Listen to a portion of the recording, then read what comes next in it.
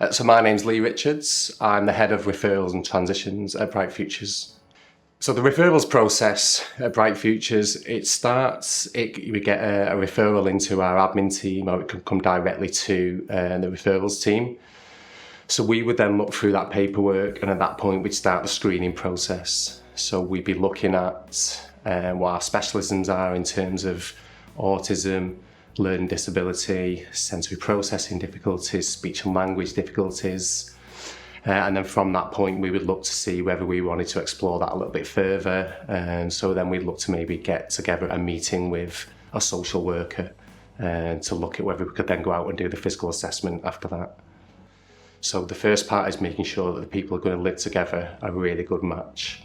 And then we'd obviously look at the environment as well, in terms of, is it the right kind of structure? Has it got the right kind of space? How many people are living in that home?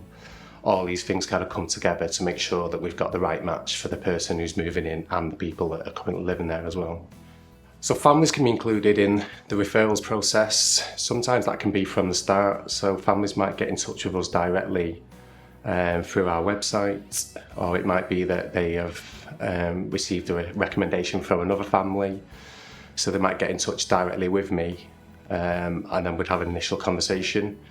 If it comes through the social worker, at some point during that process, I'll get involved with the family in terms of having a conversation.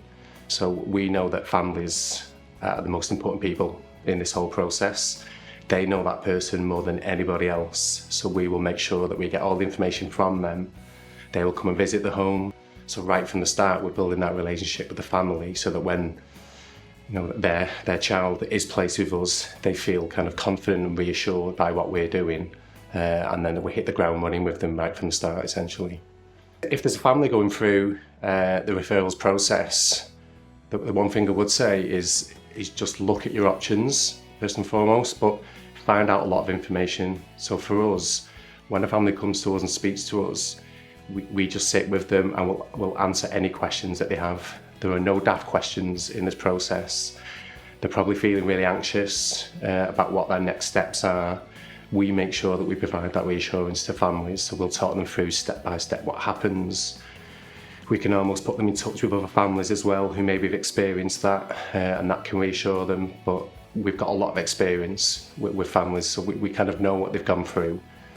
So like I say, the biggest piece of advice is just to ask loads of questions, get loads of information and look at all of your options.